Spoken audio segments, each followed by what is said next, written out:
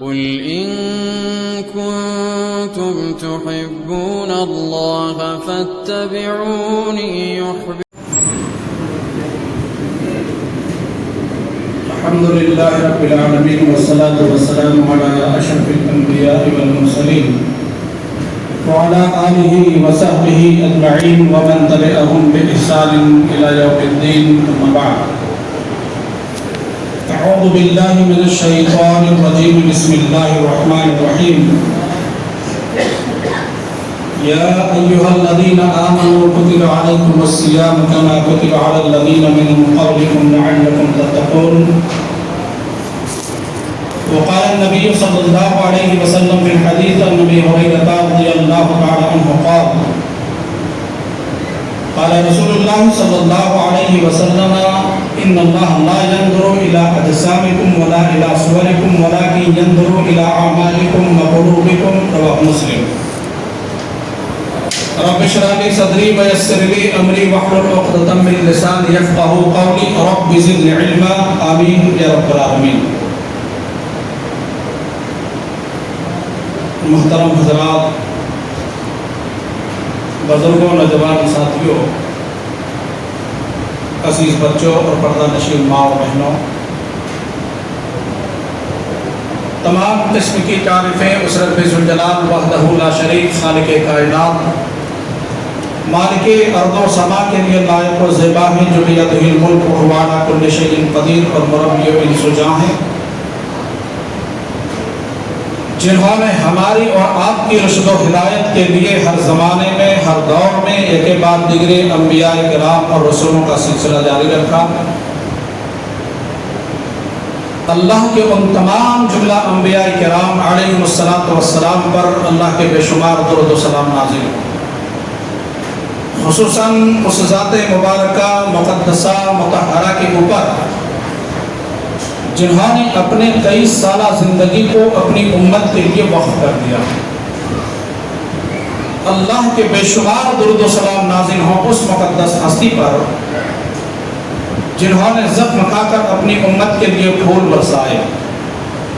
اللہ کے بے شمار انگنت لاتعداد درود و سلام نازل ہوں اس مقدس ذات پر جنہوں نے قم فانذر کے بعد علامہ صفی الرحمن مبارک پوری رحمہ اللہ کے تحریر کے مطابق 20 سال سے زائد عرصہ تک چین اور سکون کی نیند نہ سوئے، یعنی امامنا فی الدنیا و امامنا فی الآخرہ و امامنا فی الجنہ، پیارے حبیب جناب محمد رسول اللہ صلی اللہ علیہ وسلم پر اللہ کے بے شمار درود و سلام نازل.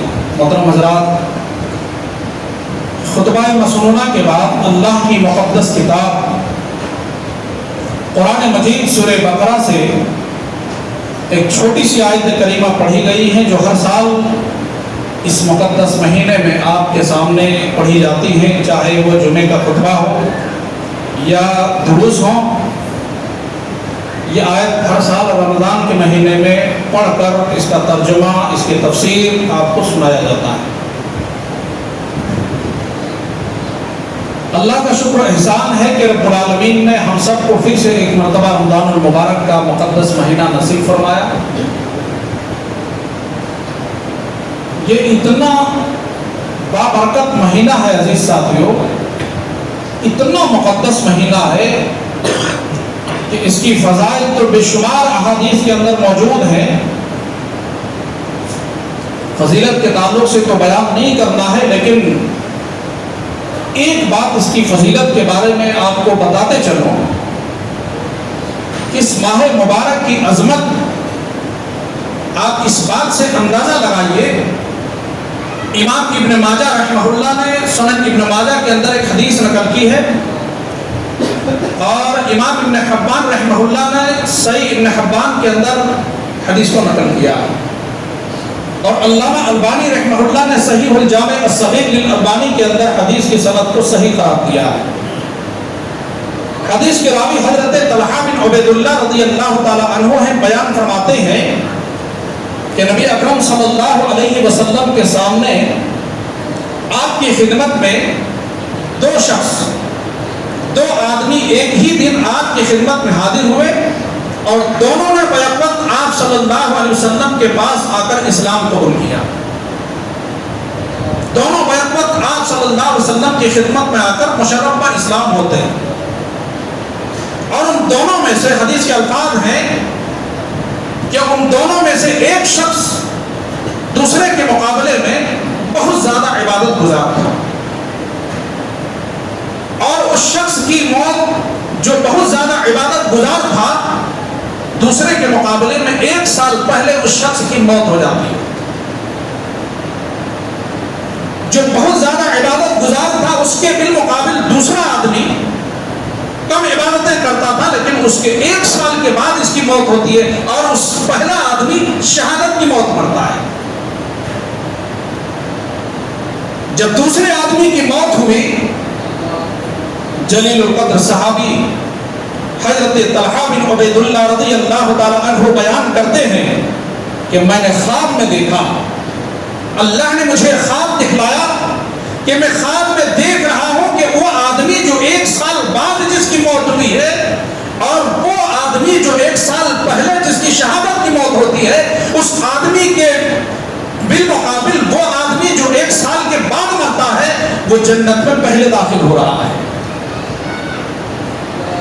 جب نیند سے بیدار ہوتے ہیں، صحابہ کرام رضوان اللہ علیہ اجمعین کو اپنا خواب سنایا. صحابہ نے تعجب کیا، یہ کیسے ہو سکتا ہے؟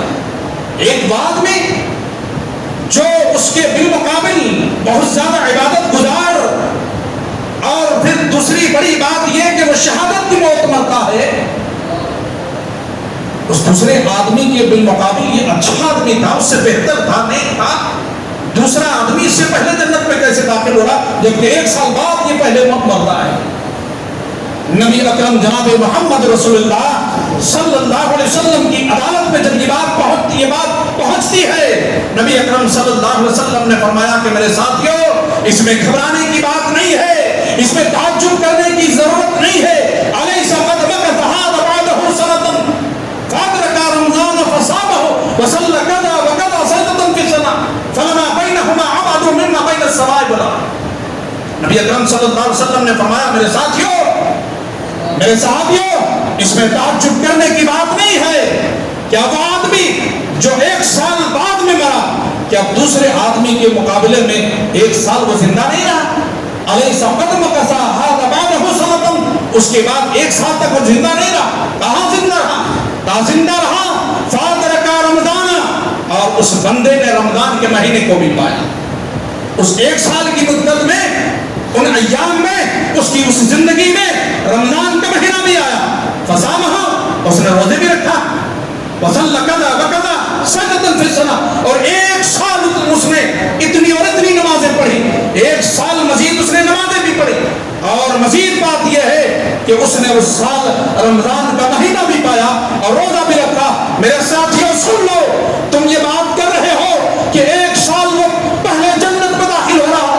رب ذوالجلال کی قسم ہے، اے میرے ساتھیوں، فلما بینہما ابعد مما بین السماء والارض، اس دونوں کے درمیان جنت کے اندر اتنی ہی دوری ہے جتنی آسمان و زمین کے فاصلے.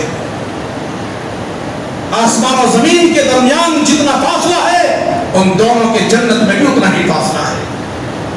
وہ آدمی جس نے رمضان کے مہینے کو پایا، اس نے روزہ رکھا. اتنا مقدس مہینہ ہے میرے ساتھ. یہ کوئی معمولی مہینہ نہیں ہے. اس مہینے کو ہلکے میں مت لیجیے. اس مہینے کو پانے کے لیے اسلاف عثمان النہدی رحمہ اللہ لکھتے ہیں اپنی کتاب لطائف المعارف کے اندر کہ ہمارے اسلاف 6 مہینہ قبل اس رمضان کو پانے کے لیے اللہ سے دعائیں کرتے تھے، اللہ ماہ رمضان کو ہماری زندگی میں، ہمارے نصیبے میں ایک بار اور کرو. 6 مہینہ پہلے دعائیں کرتے تھے پانے کی. اور جب رمضان کا مہینہ گزر جاتا تو جو بھی ان سے ٹوٹی پھوٹی عبادتیں ہوا کرتی تھی، 6 مہینہ مسلسل اللہ رب العالمین سے دعائیں کرتے تھے، اللہ ہم نے جو رمضان کے مہینے میں روزے رکھے یا جو بھی صدقہ اور خیرات کیے، جو بھی ہم سے عبادتیں ہو پائی، اللہ تو ان عبادتوں کو ہم سے قبول فرما لے، شرف قبولیت عطا کر لے. یہ کوئی معمولی مہینہ نہیں ہے میرے ساتھ. اور روزہ کوئی معمولی عبادت نہیں ہے. یہ اتنا مقدس ہے اور یہ عبادت بڑی عبادت ہے کہ نبی اکرم صلی اللہ علیہ وسلم ارشاد فرماتے ہیں، حدیث قدسی ہے، بخاری اور مسلم کی حدیث ہے، کل عمل ابن آدم یضاعف الحسنۃ بعشر امثالها الی 700 ضعف، قال اللہ عز وجل الا الصوم فانه لي وانا اجزي به، يدعو شهوته وطعامه من اجلي، للصائم فرحة عند فطره وفرحة عند لقاء ربه، ولخلوف فم الصائم اطيب عند الله من ريح المسك والصيام جنة۔ پیارے نبی صلی اللہ علیہ وسلم فرماتے ہیں کہ آدم کے بیٹوں کے عمل اور اس کی نیکیاں اللہ رب العالمین کئی گنا بڑھا کر دیتا ہے۔ آدم کے بیٹے ایک نیکی کرتا ہے، اللہ رب العالمین اس ایک نیکی کو کئی گنا بڑھا کر دیتا ہے۔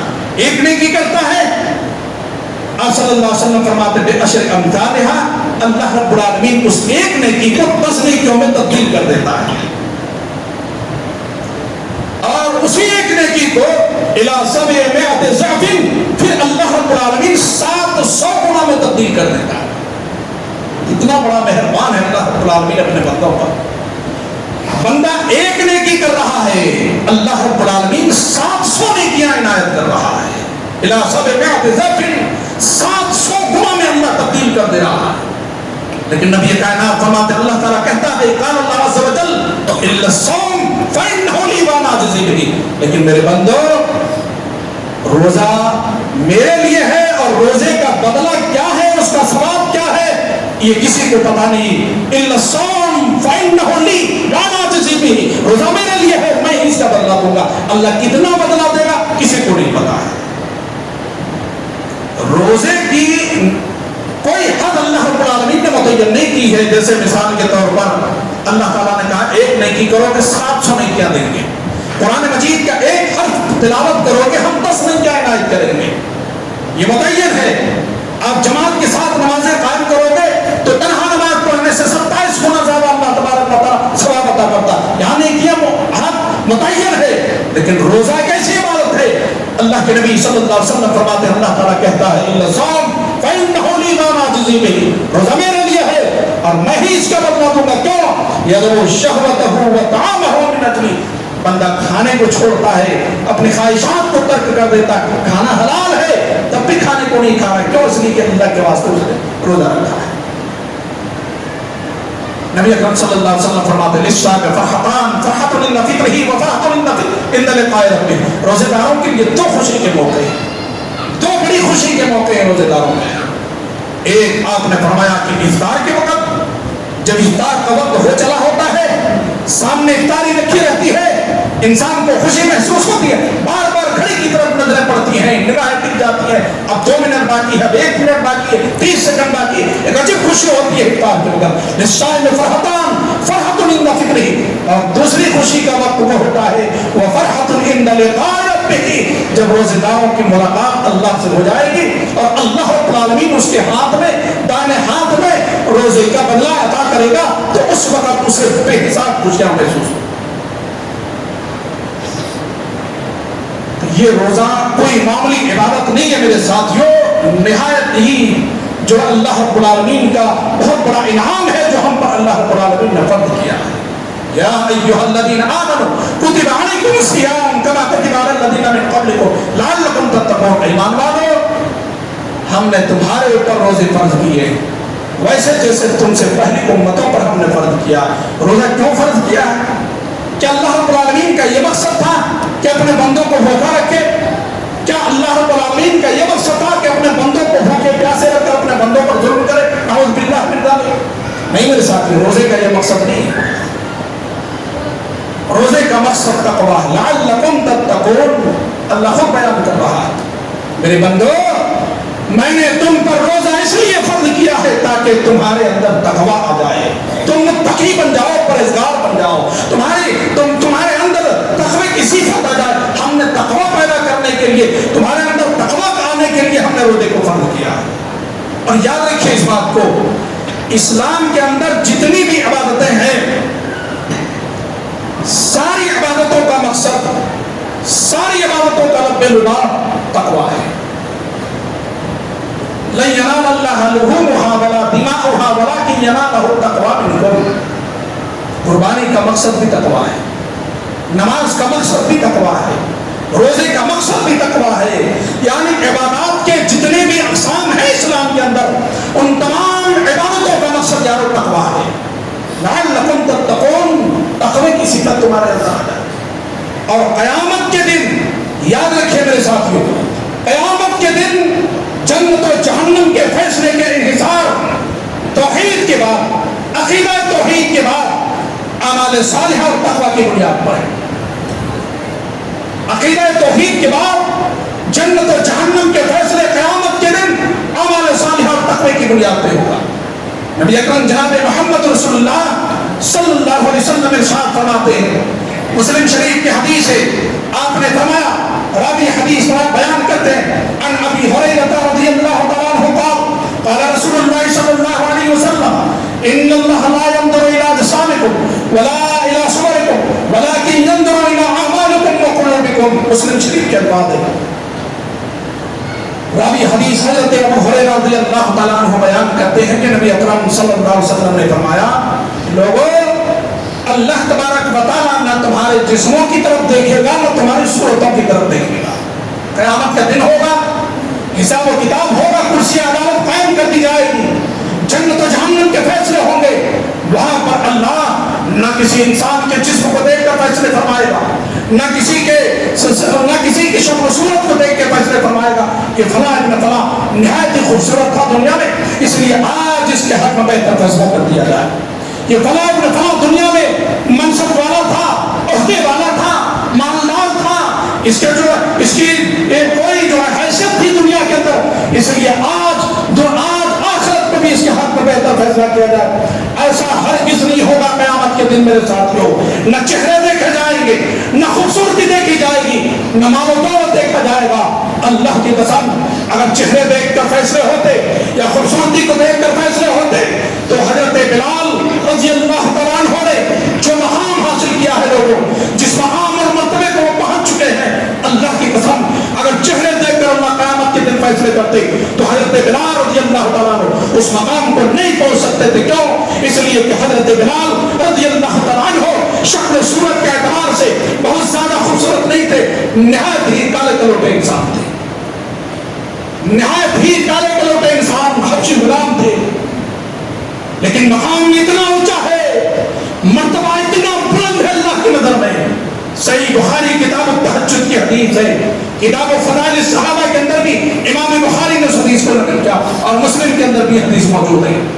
پیارے نبی فرماتے ہیں کہ میرے ساتھیوں، اللہ نے مجھے معراج کرائی، اور اسی معراج کی رات میں نے اپنے رب کی بڑی بڑی نشانیاں دیکھی ہیں، بہت بڑی بڑی نشانیاں میرے رب نے مجھے دکھلائی ہیں معراج کی رات، یہاں تک کہ اللہ نے مجھے جہنم بھی دکھلایا اور اللہ نے مجھے جنت کو بھی دکھلایا۔ جب میں اس رات جنت کا سیر کر رہا تھا، جنت کی نعمتوں کا دیدار کر رہا تھا، میرا سامنا حضرت رمیثہ رضی اللہ تعالیٰ عنہ سے ہوا، جو حضرت ابو طلحہ رضی اللہ تعالیٰ عنہ کی بیوی محترمہ۔ جنت میں ملاقات نبی اکرم صلی اللہ علیہ وسلم سے اس خاتون سے ہوتی ہے۔ پیارے نبی فرماتے ہیں جب میں اور آگے بڑھا، جنت کی نعمتوں کا دیدار کرتا ہوا، وسمعت خشفۃ، تو میں نے اپنے سامنے کسی کی آہٹ سنی، کسی کی چلنے کی آواز سنی۔ میں نے اپنی نگاہیں ادھر اٹھائی، سامنے کوئی انسان نظر نہیں آ رہا، کوئی بندہ سامنے نظر نہیں آ رہا ہے۔ میں نے تعجب سے پوچھا جبرائیل سے، اے جبرائیل، میں یہ آواز جنت میں سن رہا ہوں، یہ آواز کہاں سے آ رہی ہے، یہ کیسی آہٹ ہے، اور اے جبرائیل مجھے کیوں ایسا لگ رہا ہے یہ جو آواز میں سن رہا ہوں یہ آواز کسی انسان کی چلنے کی آواز ہے، کسی کی جوتی کی آہٹ ہے، مجھے کیوں ایسا لگ رہا ہے؟ اے جبرائیل آخری آواز آ کہاں چل رہی ہے؟ جبرائیل ذرا مجھے اس آواز کی تفصیل بیان کر دو میرے سامنے، میں جاننا چاہتا ہوں یہ آواز کہاں سے آ رہی ہے، کیسی آواز ہے؟ حضرت جبرائیل علیہ السلام نے کہا اللہ کے رسول آپ زیادہ حیران نہ ہو، یہ آواز جو آپ نے سنی ہے، یہ آہٹ جو آپ نے سنی ہے، یہ حضرت بلال رضی اللہ تعالیٰ عنہ کی چلنے کی آواز ہے جو زمین پہ چل رہی ہے۔ کہاں ہے بلال؟ زمین پر ہیں، اور نبی کائنات کہاں ہے؟ معراج کی رات جنت کا سیر کر رہے ہیں، ساتواں آسمان کے اوپر۔